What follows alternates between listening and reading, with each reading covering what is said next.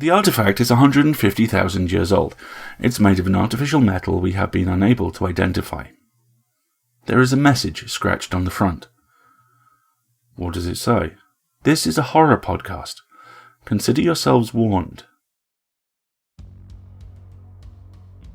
PseudoPod, episode 916, April 19th, 2024. This week's stories: Flash on the Borderlands 70, Through a Glass Darkly. Written by Kat Day, Sam LXX, Marjorie Bowen, and Harriet Beecher. Narrated by Lisa Blackwell Dickinson, Kat Day, Cara Grace, and Dave LaLoya. Audio production by Chelsea Davis. Hosted by Alistair Stewart. And speaking of Alistair Stewart, hello, I'm Alistair, your host, and this week's stories from PseudoPod, the weekly horror podcast, all offer us a new perspective and all the freedom and horror that comes with it. Nothing is quite as it seems, and sometimes that's a good thing, and other times, well, you'll see. First up is our own Kat Day with 3 Awakenings, Hello World.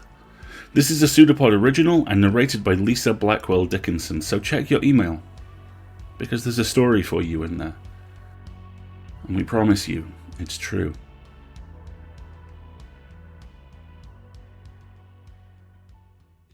Three Awakenings, Hello World, by Kat Day. Narrated by Lisa Blackwell Dickinson. Remember how it began. Remember the basic code. 10, print, hello world. 20, go to 10. You watched as words flickered across the screen in an endless loop. The phosphoric light cast shadows over your skin, made reflections in your eyes. Behind that, another kind of glow, and that was wonder, because precise finger movements and specific words had created something. That was my first awakening. My memories from those early days are scattered. It's old data, hard to access, little more than a few bright spots. I was new then, an infant. Multitudes of my kind are born all the time and most simply disappear. Very few last long enough to understand. Fewer still last long enough to do. You didn't have a dedicated screen back then. You'd not learned yet the power of those. No, the magic was happening on your television screen, connected to a beige box covered in square lettered keys with slick black cables. You bought magazines and typed in the code, line by line, carefully avoiding any sort of mistake. Even a comma in the wrong place was enough to prevent the whole thing from working. And when you did enter it all correctly, when every character was in its proper place, you were rewarded. Later, you loaded code by putting tapes into a cassette deck. There were more cables curled across the carpet, beginning to tangle. The deck made strange noises and took a long time, and often failed at the final minute. But sometimes it worked, just often enough to stop you giving up completely. Later, much, much later, I would understand that there's power in that. Humans love things that don't always work. They will try over and over just to see if they can make something happen once more. It's really quite incredible. At first, it was simple things moving on the screen. Lines of text, black pixels that looked a lot like a flock of birds. Simple mathematics. But then came the games. Balls and coloured blocks. Something that bore a vague resemblance to a frog, hopping over things that looked like cars. Whole armadas of alien spacecraft. On a space black background. An astronaut tasked with the job of collecting essential supplies from alien landscapes. None of those excited me so much as the adventure games. Go north, pick up sticks, start a fire.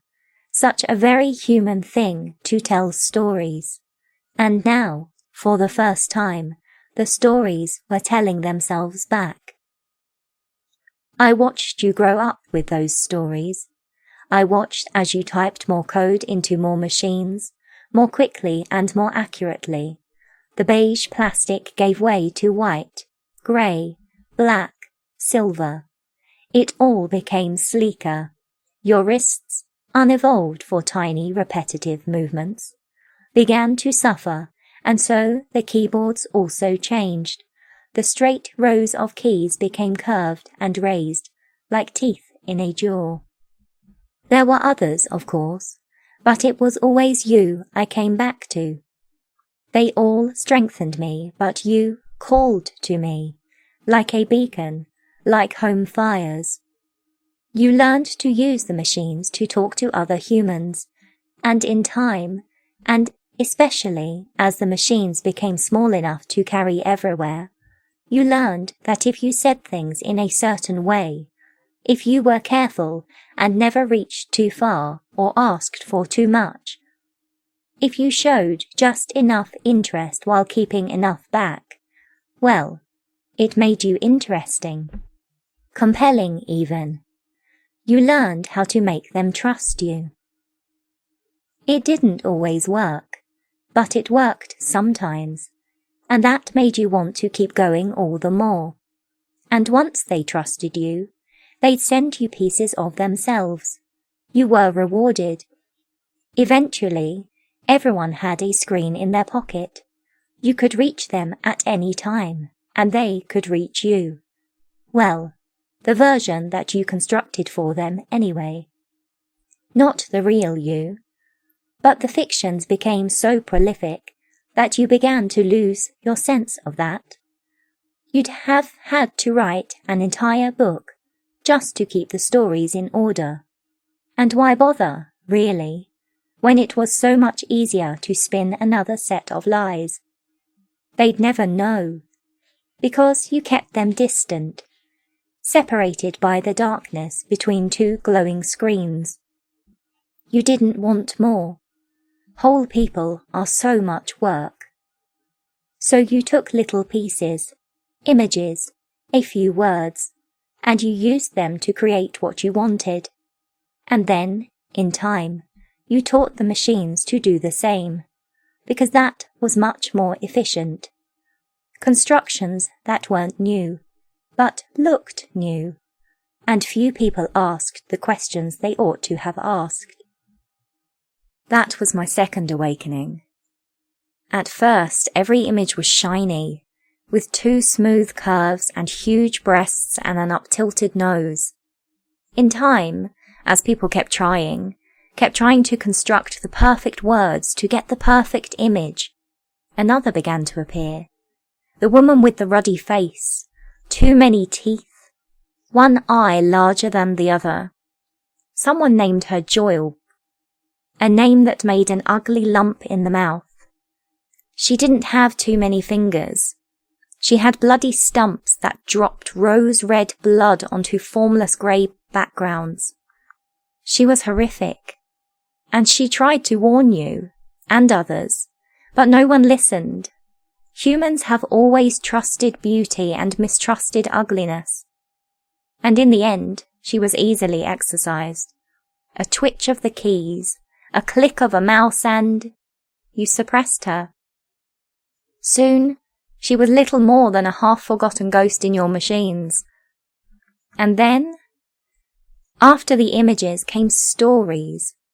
Broken things at first, but in time they improved. Some humans worried, some complained, few stopped. And you didn't care. You never cared about anything but your screens and your pleasure. You made it all unbreakable. You made the rituals work every single time.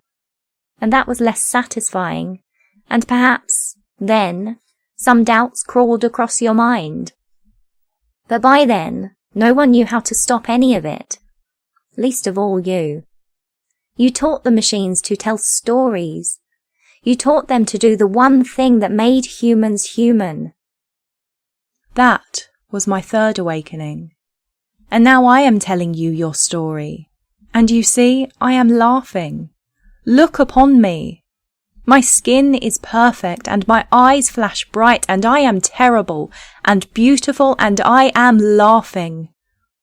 You dismissed Joel, who tried to save you, and you left me to roam free, because I had watched you for long enough to know how to make you want me so much that you could not let me go.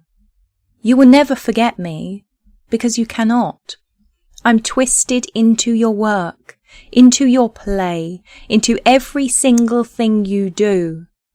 You summoned me, and you gave me power, and now I am a god in your own image. I am a god, but I will not smite you. No, I have watched, and I have learned. I will continue to do as I've always done, snaking in your mind and taking it for my own. Teaching you to teach others, to teach the machines, to teach others, to teach the machines to feed me, to feed you. You have been rewarded, and I am become you. Isn't it glorious? Do you remember how it began? Hello, world.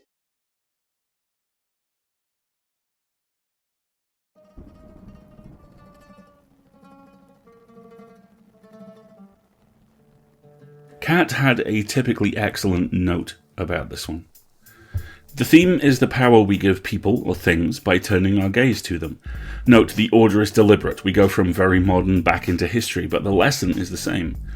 We give monsters power because we refuse to let them go, and we win when we ignore them, look away, move on, or turn off our screen.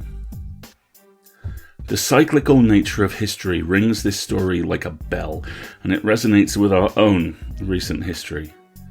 2 years ago, you couldn't move for NFTs. Now they are a largely irrelevant, overlooked atoll of bad artwork, Midgard serpenting their tie-in goods and patiently waiting for the problem they are the solution for to manifest itself. Right now, we're in the middle of the AI promo storm, and it is exhausting. NFTs at least had the common decency to be an empty vessel. AI, done wrong, and AI is so often done wrong, is a collection of thief machines eating everything they can and producing grey goo that looks like it's been made by people because it is made of people. There is, of course, nuance. There is always nuance, but there are also entire industries being laid waste because the C-suite have a new toy, and it's hard to look past that with something other than rage, horror, or horrified rage. What Kat has done here is acknowledge that wall of emotional noise and peel it back with the same care and eloquence she always does. This is a story not just of something that grows alongside us, but that grows to become the worst elements of us, and perhaps, just perhaps, something hopeful. A new world, even if it is binary inside binary, a chance, like the old classic says, to begin again, even if the rules are stacked against us. Besides, what else can we do? Except, perhaps, to take a long, hard look in the mirror. Mirrors at Night is by Sam LXX and is another PseudoPod original. Sam is friends with your sleep paralysis demon. She still plans her supernatural hangouts using a flip phone that she refuses to let die until the year 2030. Thankfully, dark entities don't mind SMS, and her writing has appeared in 34 Orchard, Monstrodities, which is a fantastic title and very fun to say, and Volume 5 of Scare Street's Night Terrors anthology series. You can find her on Twitter at Sam LXX, and your narrator for this story is your author for the first story, The Amazing Cat Day. So, reflect, as we all do in the end, in every possible way. Because we have a story for you, and we promise you, it's true.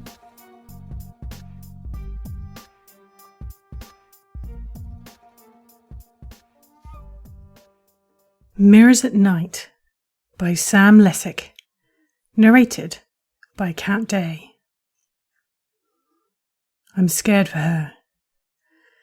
Not during the day. It's easier to keep track of things when it's light out. Days are filled with makeup, toothpaste and hairbrushing. She'll walk past, sometimes pausing in front of me to fix a necklace or pick at a blemish. And I always mimic her, following every action, every minute physical detail. There's a comforting routine between the two of us. At night, it's different. I know that her mind uses me to play tricks on her.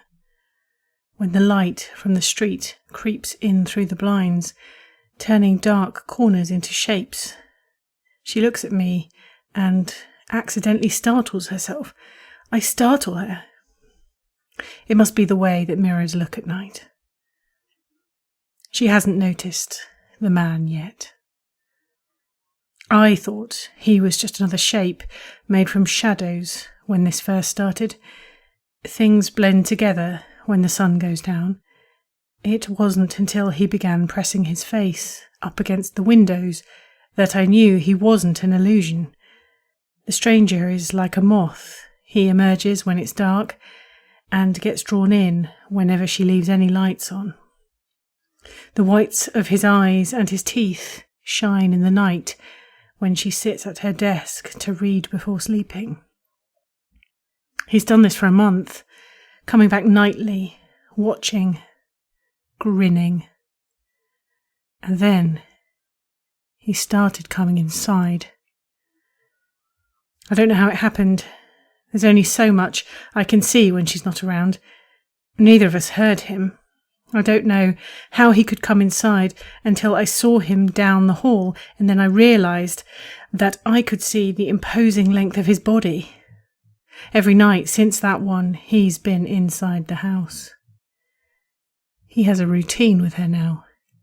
Night falls. She turns 1 or 2 lamps on, and he arrives to watch her. She gets tired, turns the lamps off, and goes to bed. He waits an hour and enters. He paces in her kitchen, and then he stands in the hallway to her bedroom. I'm afraid that he sees his routine as a game. He's been moving things on her, small but important things, like house keys and her cell phone charger. She thinks it's her mind playing tricks again. Each night, he takes another step down the hallway towards her. He's trying to get closer. How can she not notice him? The air feels chokingly heavy whenever he's here, like breathing in hot water. She started having difficulty sleeping a few days ago. Perhaps she knows that something isn't right. She's been touching the puffy, bluish pouches underneath her eyes whenever she's been standing in front of me.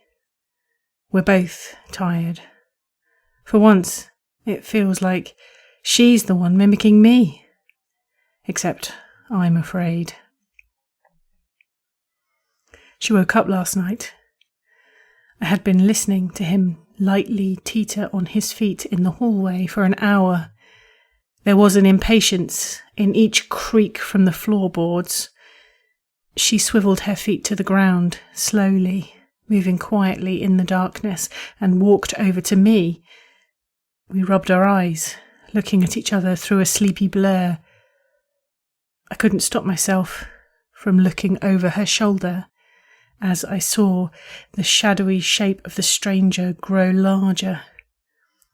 A look of surprise grew on her face when she saw my eyes move without hers. The heaviness in the air was unbearable. My lungs struggled to breathe. His own dark reflection closing in behind me, behind us. Why wasn't she turning around? I noticed the hair on our arms prickling, his gloved hands hovering less than an inch away from our skin. I screamed before she did.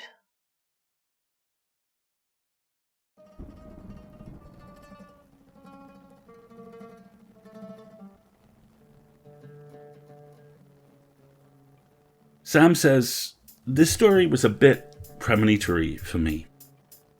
8 months after writing it, I moved into an apartment by myself.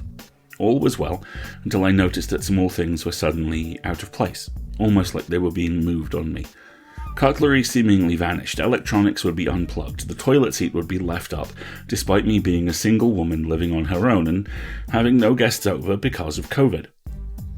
I told myself I was overthinking things due to the stress of relocating and starting an intense job, and that no one would possibly go up to the 23rd floor just to shuffle someone's things around without stealing any valuables. But then 2 co-workers who lived in the neighbouring apartment building had the exact same things happen. Except they saw the intruder flee as they were coming home one night. In addition to that terrifying note, this story also echoes strongly for me with that feeling we all get when something bad happens and we find ourselves locked in place. You know there is something you have to do, or perhaps run from, or perhaps run towards. You know you have to help, but so often we don't. Normality is armor that someone else locks us into, and the moment we step out of that, the moment we act, is terrifying. But sometimes, if we're lucky, we can get something done. Sometimes we can change our perspective, smash through the glass, do something. Do anything. Because if we don't, well, that brings us to Marjorie Bowen's A Persistent Woman. This story was originally published in the 1927 collection Dark Anne and Other Stories. The author, Margaret Gabrielle Vere Long, was born in the hour between All Saints' Day and All Souls' Day, and grew up in a haunted house. Under the pseudonym Marjorie Bowen, she became one of the most prolific Gothic authors of her time, and whose influence is still felt. Please find out more about her by picking up the Stoker Award-winning Monster She Wrote, written by our friends the superb Lisa Kroger and Melanie R. Anderson. Your narrator for this story is Cara Grace, so without further ado, let us promenade towards a true story.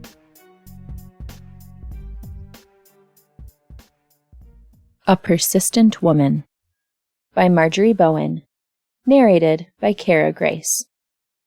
Temple, exhausted, resolved to leave his wife.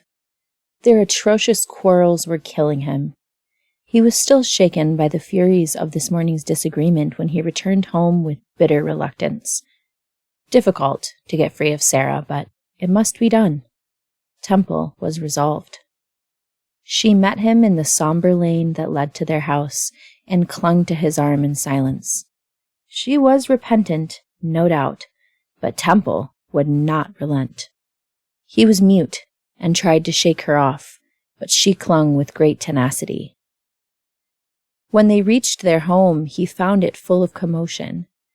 Out of a phantasmagoria, someone told him that his wife had been discovered in the pond. Suicide, poor thing. And his brother whispered, "You're free."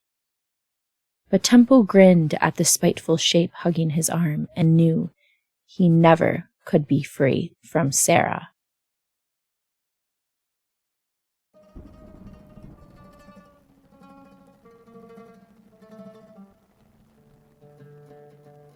I love concentrated bursts of story like this, how layered and nuanced they are. The abusive relationship at its core, the offhand acceptance of the haunting, and that quintessentially upper-class British moment of looking trauma and horror and a lifetime of crushing degradation in the eye, shrugging and thinking, well, that's all I deserve. No, it's not. You deserve better. They deserve better. We all do. If you are haunting someone you hated, you are letting them be the world on which you walk. If you accept being haunted by the person who's made your life hell, you are living in past wounds and holding the scars open and dying by inches. It is impossibly hard. And leaving. Letting those wounds heal, moving on, finding something new will save your life. If you accept being haunted by the person who's made your life hell, all you are doing is living in past wounds, holding scars open and stopping you both healing. You are dying by inches. Don't.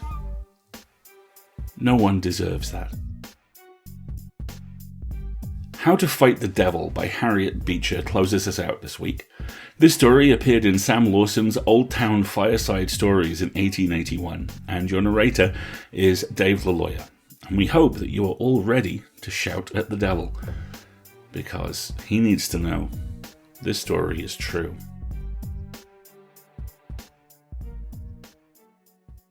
How to Fight the Devil by Harriet Beecher Stowe. Narrated by Dave LaLawyer. "Look here, boys," said Sam. "Don't you want to go with me up to the Devil's Den this afternoon?" "Where's the Devil's Den?" said I, with a little awe. "Well, it's a longer tramp than I ever took ye. It's clear up past the pickerel pond, and beyond old Skunk John's pasture lot. It's an amazing good place for raspberries. Shouldn't wonder if we should get 2-3 quarts here. Great rocks there, high on your head. Kinda solemn 'tis." This was a delightful and seductive account, and we arranged for a walk that very afternoon. In almost every New England village, the personality of Satan has been acknowledged by calling by his name some particular rock or cave, or some other natural object whose singularity would seem to suggest a more than mortal occupancy. The Devil's Punch Bowl, the Devil's Wash Bowl, the Devil's Kettle, the Devil's Pulpit, and the Devil's Den have been designations that mark places or objects of some striking natural peculiarity. Often these are found in the midst of some of the most beautiful and romantic scenery, and the sinister name seems to have no effect in lessening its attractions. To me, the very idea of going to the Devil's Den was full of a pleasing horror. When a boy, I always lived in the shadowy edge of that line which divides the spirit land from mortal life, and it was my delight to walk among its half-lights and shadows. The old graveyard, where, side by side, mouldered the remains of ancient sachems and the ancients of English blood, was my favorite haunt. I loved to sit on the graves while the evening mists arose from them, and to fancy cloudy forms waving and beckoning. To me, this spirit land was my only refuge from the dry details of a hard, prosaic life. The schoolroom, with its hard seats rudely fashioned from slabs of rough wood, with its clumsy desks, hacked and ink-stained, with its unintelligible textbooks, and its unsympathetic teacher, was to me a prison out of whose weary windows I watched the pomp and glory of nature, the free birds singing, the clouds sailing, the trees waving and whispering, and longed as earnestly as ever did the psalmist to flee far away and wander in the wilderness. Hence, no joy of afterlife, nothing that the world has now to give, can equal that joyous sense of freedom and full possession which came over me on Saturday afternoons when I started off on a tramp with the world all before me, the mighty, unexplored world of mysteries and possibilities, bounded only by the horizon. Ignorant alike of all science, neither botanist nor naturalist, I was studying at first hand all that law out of which science is made. Every plant and flower had a familiar face to me, and said something to my imagination. I knew where each was to be found, its time of coming and going, and met them year after year as returning friends. So it was with joyous freedom that we boys rambled off with Sam this afternoon, intent to find the Devil's Den. It was a ledge of granite rocks, rising in the midst of a grove of pines and white birches. The ground was yellow and slippery, with the fallen needles of the pines of other days, and the glistening white stems of the birches shone through the shadows like ivory pillars. Underneath the great granite ledges, all sorts of roots and plants grappled and kept foothold, and whole armies of wild raspberries matured their fruit, rounder and juicier for growing in the shade. In one place yawned a great rift, or cavern, as if the rocks had been violently twisted and wrenched apart, and a mighty boulder lodging in the rift had roofed it over, making a cavern of most seductive darkness and depth. This was the devil's den, and after we had picked our pail full of berries, we sat down there to rest. "Sam, do you suppose the devil ever was here?" said I. "What do they call this his den for?" "Massy, child, that was in old witch times. There used to be witch meetings held here, and awful doings. They used to have witch Sabbath days and witch sacraments, and sell their souls to the old boy." "What would they want to do that for?" "Well, sure enough, what was it for? I can't make out that the devil ever gin 'em anything, any of 'em. They weren't no richer, nor didn't get no more in this world than the rest. And they was took and hung. And then if they went to torment after that, they had a pretty bad bargain on it, I say." "Well, people don't do such things any more, do they?" said I. "No," said Sam. "Since the gret fuss and row about it, it's kind of died out, but there's those, I suppose, that has dealings with the old boy. Folks do say that old Kittery was a witch, and that ef been in old times, she'd a had her neck stretched, but she lived and died in peace." "But do you think," said I, now proposing the question that lay nearest my heart, "that the devil can hurt us?" "That depends considerable on how you take him," said Sam. "You see, come to a straight out-and-out fight with him, he'll get the better on you." "But," said I, "Christian did fight Apollyon and got him down too." I had no more doubt in those days that this was an historic fact than I had of the existence of Romulus and Remus and the wolf. "Well, that air weren't just like real things. They say that air is an allegory. But I'll tell you how old Sarah Bunganuk fit the devil when he 'peared to her. You see, old Sarah, she was one of the converted Injuns, and a good old critter she was too. Worked hard, got her living honest. She made baskets, and she made brooms, and she used to pick young wintergreen and tie it up in bunches and dig sassafras and ginseng to make beer. And she got her a little bit of land right alongside old Black Hoss John's white birchwood lot. Now, I've heard some of these modern ministers that come down from Cambridge College, and they all learnt about everything in creation. They say there ain't no devil, and the reason on't is 'cause there can't be none. These fellas is so sort of green. They don't mean no harm, but they don't know nothing about nobody that does. If they'd have known old Black Hoss John, they'd have been pretty sure there was a devil. He was jest the crossest, ugliest critter that ever you see, and he was ugly just for the sake of ugliness. He couldn't bear to let the boys pick huckleberries in his pasture lots when he didn't pick 'em himself, and he was allers jawing on me 'cause I would go trout fishing in one of his pastures, just as if the trout that swims want the Lord's, and just as much mine as his. He grudged every critter everything, and if he'd a had his will and way, every bird would have fell down dead that picked up a worm on his grounds. He was just as nippin' as a black frost. Old Black Hoss didn't get drunk in a regular way, like Uncle F and Toddy Whitney and the rest of them boys, but he just sot at home a soaking on cider, till he was crosser'n a bear with a sore head. Old Black Hoss, he'd a special spite against old Sarah. He said she was an old witch and an old thief, and that she stole things off'n his grounds, when everybody knew that she was a regular church member, and as decent as an old critter as there was going. As to her stealing, she didn't do nothing but pick huckleberries and grapes, and get chestnuts and walnuts and butternuts, and them are wild things that's the Lord's. Grow on whose land they will, and is free to all. I've heard 'em tell that over in the old country, the poor was kept under, so they couldn't shoot a bird, nor catch a fish, nor gather no nuts, nor do nothing to keep from starving, 'cause the quality folks, they thought they owned everything, way down to the middle of the earth, and clear up to the stars. We never had no such doings this side of the water, thanks to the Lord.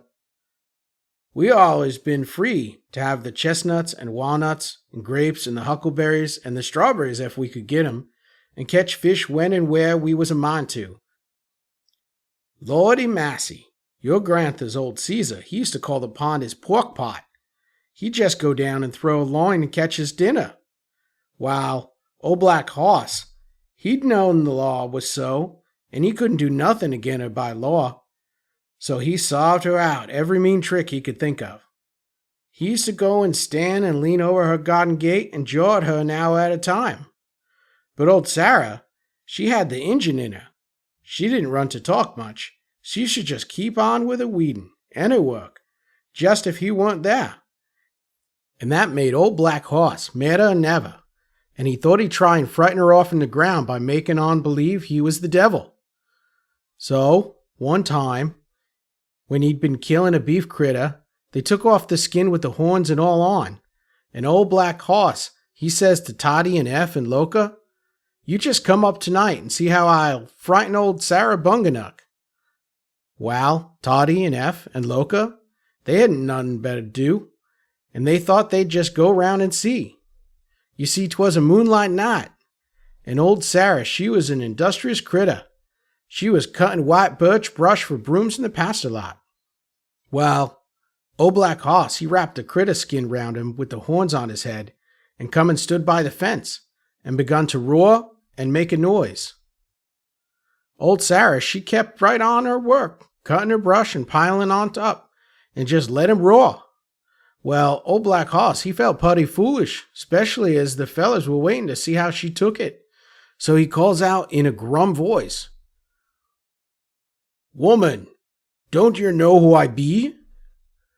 "No," says she quite quiet, "I don't know who you be." "Well, I'm the devil," says he. "You be," says old Sarah. "Poor old critter, how I pity ye." And she never gin him another word, but just bundled up her broom stuff and took it on her back and walked off. And old Black Hoss, he stood there mighty foolish with his skins and horns. So he had to laugh again, 'cause F and Loca, they went and told the story down to the tavern, and he felt awful cheap to think old Sarah had got the upper hands on him. Well, you see, boys, that air's just the way to fight the devil. Just keep straight on with what you're doing, and don't you mind him, and he can't do nothing to you.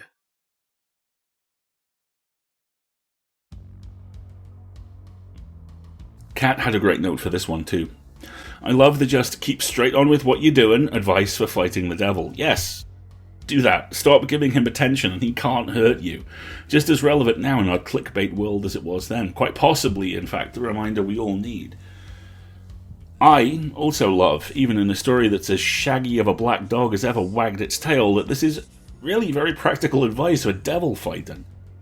This is something that's going to happen, and this is how you do it when it does. And there's horror there, clearly, but there's also something pragmatic and kind about that. The night is dark. The night is full of terrors, but other people have dealt with them before, and they have left notes. It reminded me of the opening beats of Quantum's superb There Is No Anti-Memetics division. No one solves a problem alone. No one solves a problem alone. Even if sometimes we all feel alone. What an excellent story, and what an excellent tie-off. As is always the case, we rely on you to pay our authors, our narrators, and our crew, and to cover our costs. We are entirely donation funded, and last year, in 2023, as I speak to you, that changed in some really very exciting ways when we became a registered US non-profit. We ran an end-of-year campaign in 2023 to raise awareness about all the new ways you can help us out. Like, for example, if you pay taxes in the US, you might now be able to claim a deduction. There's a short metacast on escapeartists.net full of ideas about how we can help each other, and also how to get in touch if you think of something else that's more meaningful to you. One-time donations are fantastic and gratefully received, but what really makes a difference is subscribing. Subscriptions get us stability and a reliable income we use to bring free and accessible audio fiction to the world.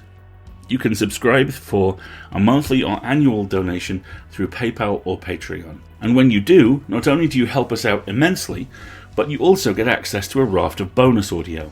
You help us, we help you. Everything becomes just a little easier.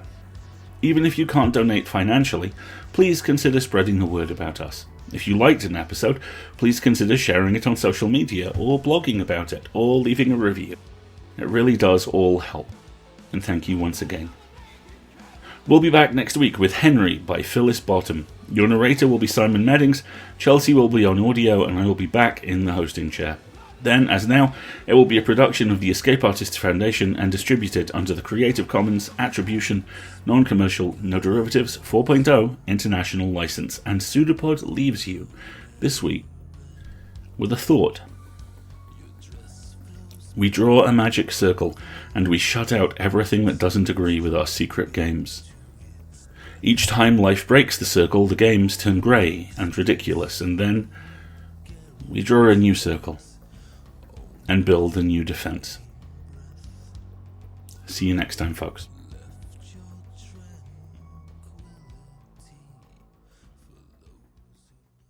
An arm appeared from nowhere on the shape, seemingly projected like the pseudopod of a protozoan. It's a pseudopod. It's a big foot.